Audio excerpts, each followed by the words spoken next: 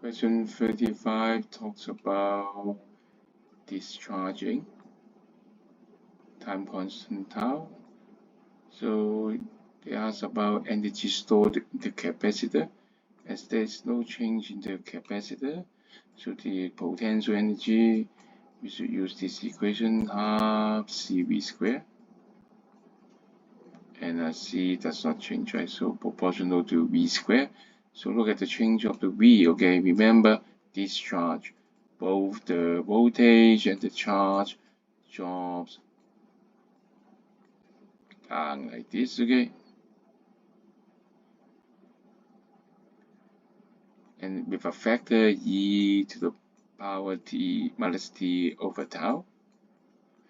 So we talk about initial is E, okay? Initial this voltage, we not give out the energy E, okay? So now at t equal tau, okay, t equal tau. What happened to the voltage? What happened to these factors? It becomes minus tau over tau. So it is minus 1. So 1 over E. So voltage dropped by a factor of 1 over E. V square energy drops by a factor of 1 over E square. So what's the answer? You got it. Well done. D. Thank you.